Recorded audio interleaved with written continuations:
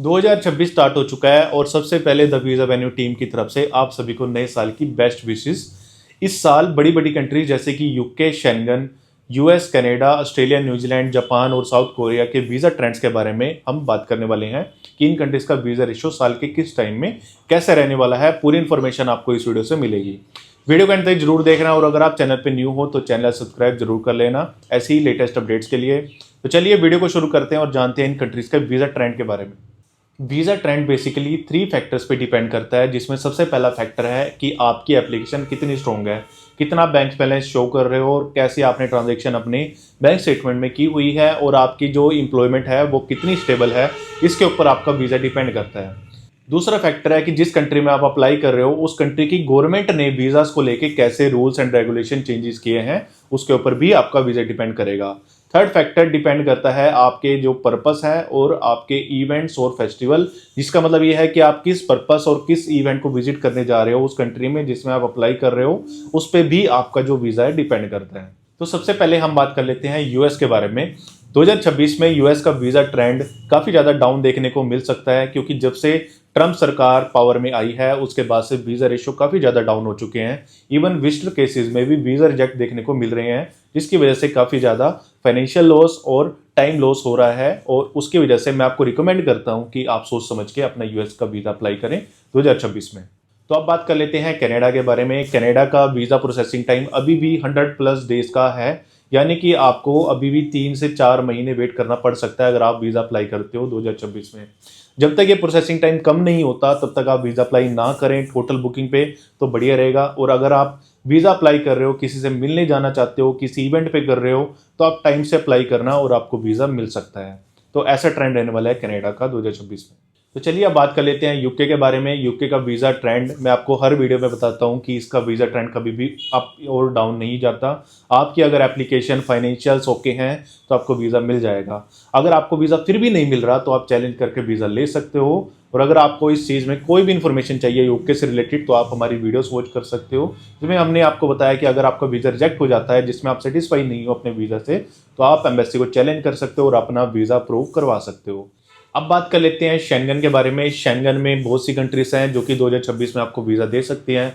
और अगर आप 2026 में अप्लाई करना चाहते हो शेंगन वीज़ा, जून से पहले आप ट्रैवल करना चाहते हो तो आप स्विट्जरलैंड को कंसीडर कर सकते हो। पर स्विट्जरलैंड ने अपने वीज़ा प्रोसेसिंग में काफ़ी ज़्यादा चेंजेस किए हैं, उनको देख के ही आप अप्लाई करना। सबसे बड़ा चेंज तो ये है कि आप ट्रैवल आइटनरी ही एक्सेप्ट नहीं होगी, तो उसका सोल्यूशन करने के बाद ही आप अपना वीज़ा अप्लाई करना। इसके बाद 2026 में जैसे ही जून खत्म होगा तो आप नीदरलैंड को कंसीडर कर सकते हो। नीदरलैंड का वीज़ा रेशो काफ़ी अच्छा हो जाता है साल के एंडिंग में, यानी कि आप नवंबर तक नीदरलैंड का वीज़ा ले सकते हो। इन स्विट्जरलैंड और नीदरलैंड के साथ साथ चलने वाली हैं कंट्री जो कि पूरा साल चलती हैं, वो है स्पेन, फ्रांस, चेक रिपब्लिक, जर्मनी और इटली। इन कंट्रीज का वीज़ा रेशो भी काफ़ी अच्छा रहने वाला है होटल बुकिंग पे अगर आप अप्लाई कर रहे हो तो अब बात कर लेते हैं ऑस्ट्रेलिया वीज़ा ट्रेंड के बारे में कि 2026 में वीज़ा ट्रेंड कैसे रहने वाला है। अभी अगर मैं रीसेंट टाइम की बात करूं तो वीज़ा प्रोसेसिंग टाइम काफ़ी ज़्यादा बढ़ चुका है। काफ़ी वीडियोस भी ऑलरेडी हमारे यूट्यूब चैनल पे आ चुकी हैं ऑस्ट्रेलिया वीज़ा से रिलेटेड। अभी 1 महीने से लेकर 2 महीने तक का प्रोसेसिंग टाइम जा चुका है ऑस्ट्रेलिया का। और जब तक ये कम नहीं होता तो तब तक वीज़ा रेशो कैसा रहने वाला है कुछ भी प्रिडिक्टेबल नहीं है, क्योंकि ऑस्ट्रेलिया अपने रिफ्यूज़ल लेटर में ये मेंशन नहीं करता कि उन्होंने किस रीज़न से आपको वीज़ा रिफ्यूज़ किया है। तो इस वजह से वीज़ा रिजेक्शन सबसे ज़्यादा देखने को मिलते हैं, क्योंकि एप्लीकेंट को यही नहीं पता होता कि उसका जो वीज़ा है अगर रिजेक्ट हुआ है तो वो किस रीज़न से हुआ है, कि उसको कौन से अपने एप्लीकेशन में पॉइंट्स है जिनको वो इम्प्रूव करके वीज़ा ले सकता है। तो इस वजह से सबसे ज़्यादा वीज़ा रिजेक्शन ऑस्ट्रेलिया के देखने को मिल सकते हैं। ऑस्ट्रेलिया की गवर्नमेंट सेम है लास्ट ईयर के जैसे, तो अभी वीज़ा ट्रेंड में कुछ भी ऐसा मेजर चेंजेस देखने को नहीं मिल सकता। तो सोच समझ के अपना ऑस्ट्रेलिया का वीज़ा ही अप्लाई करना। और मैं आपको हर वीडियो में बताता हूँ कि अगर आपकी स्ट्रॉन्ग ट्रैवल हिस्ट्री है जैसे कि यूके, शेंगन, कनाडा या फिर यूएस की, तो ही आप ऑस्ट्रेलिया का वीज़ा अप्लाई करें। अगर आपकी इनकम स्टेबल है या फिर आप गवर्नमेंट एम्प्लॉई हो तो भी आप फ्रेश पासपोर्ट पे वीज़ा ले सकते हो। फ्रेश पासपोर्ट पे गवर्नमेंट एम्प्लॉयज़ का वीज़ा आ जाता है।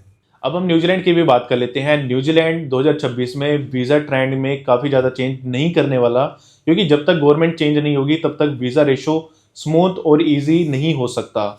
अगर आप न्यूजीलैंड अप्लाई कर रहे हो होटल बुकिंग पे तो वीज़ा लेना काफ़ी ज़्यादा मुश्किल हो जाता है। पर अगर आपके पास इनविटेशन है, कोई आपको स्पॉन्सर कर रहा है, फैमिली मेम्बर या फ्रेंड, तो आपको वीज़ा बहुत ईजिली मिल सकता है। और अगर आपके पास ऑस्ट्रेलिया का वैलिड वीज़ा है तो न्यूजीलैंड बहुत ईजिली आपको वीज़ा ग्रांट कर देगा। तो अगर आप दोनों में से किसी एक कंट्री का वीज़ा चूज कर रहे हो कि आपको कौन सी कंट्री का अप्लाई करना चाहिए, तो पहले आप ऑस्ट्रेलिया का वीज़ा लो, उसके बाद न्यूजीलैंड अप्लाई करना, आपको वीज़ा दोनों कंट्रीज़ का मिल जाएगा। अब बात कर लेते हैं जापान के बारे में। जापान के वीज़ा चेंजेस काफ़ी ज़्यादा होने वाले हैं 2026 में। न्यूज़ में ये आया है कि जापान अपनी जो एम्बेसी फी है वो भी बढ़ाने वाला है।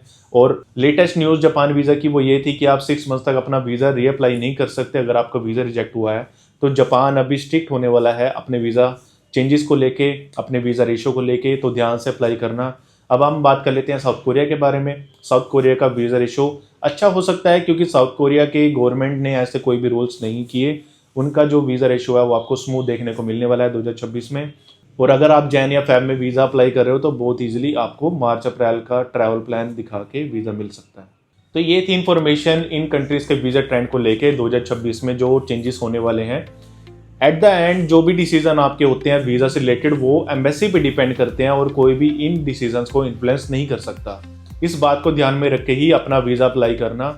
और अगर आपको कोई भी इन्फॉर्मेशन चाहिए किसी भी कंट्री के टूरिस्ट वीज़ा से रिलेटेड तो आप हमारी टीम को कॉल कर सकते हैं, हमारी टीम से बात कर सकते हैं या फिर हमारे एड्रेस पर विजिट कर सकते हैं। अगर आपको इस वीडियो से रिलेटेड कोई भी डाउट है या आपको फर्दर इन्फॉर्मेशन चाहिए तो आप इस वीडियो के कमेंट सेक्शन में जाके अपने व्यूज़ रख सकते हैं। और अगर आपको ये वीडियो यूजफुल लगी है तो वीडियो को लाइक करना, शेयर करना, सब्सक्राइब करना हमारे यूट्यूब चैनल को। Thank you, have a nice day.